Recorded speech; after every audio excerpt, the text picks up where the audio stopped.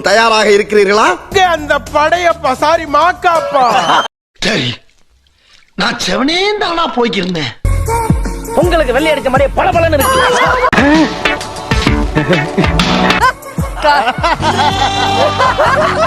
கால் வைக்கிற இடமெல்லாம் கண்ணி வெடி வைக்கிறாங்களே.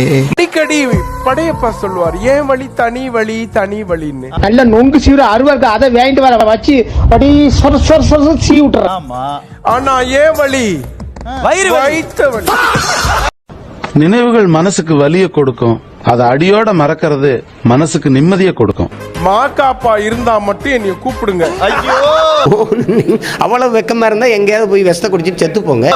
அவரு நீங்க வரீங்க கலாச்சுடுறீங்கன்னு பயப்படுறாரு. அவரு பார்த்தாலே தெரிகிறது. தெரிகிறதா? கலாய்க்கிறாரு. அவர் கலாய்க்கணும் என்னைய. இப்ப நான் ஒண்ணுமே இல்லாம பிளாங்கா வந்து நிக்க வேண்டியது. ஐயோ பாவம், அவரே கன்ஃபியூஸ் ஆயிட்டாரம்மா. ஏன் பூண்டுதுக்கெல்லாம் வெட்டி கொடுக்கறதுக்கு வந்து அதுக்கு எதுக்கு இந்த கெட்டப் பண்ற? இதத்தான் நானும் கேட்டேன். நான் ஒரு காலமும் ஜட்ஜஸ் வந்து கலாய்க்கவே மாட்டேன். Very good. என்ன ஒரு புத்திசாலித்தனம். வந்து துரேந்தரனை பாம் டுமால் பண்ணிரு. My god. ஏய் கூண்டு போங்கடா, கோவத்துல போட்ற போற. ஏய் நீ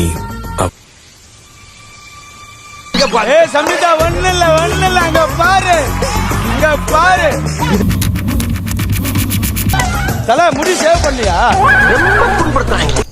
என்ன வார்த்தடா சொல்லிட்டேன்.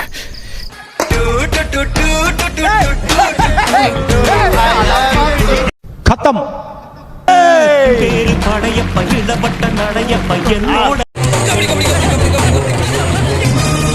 ஐயோ வந்துட்டாரே, கலாய்ப்பாரே. வந்த உடனே ஏதாவது பண்ணலாமா இல்ல கொஞ்ச நாள் கழிச்சு பண்ணலாமா? இது என்ன பிரமாதம்? இது விட பெசலைட் ஒண்ணு இருக்கு. மாக்காப்பா உங்களுக்கு கொடுக்க வேண்டியது நிறைய இருக்கு.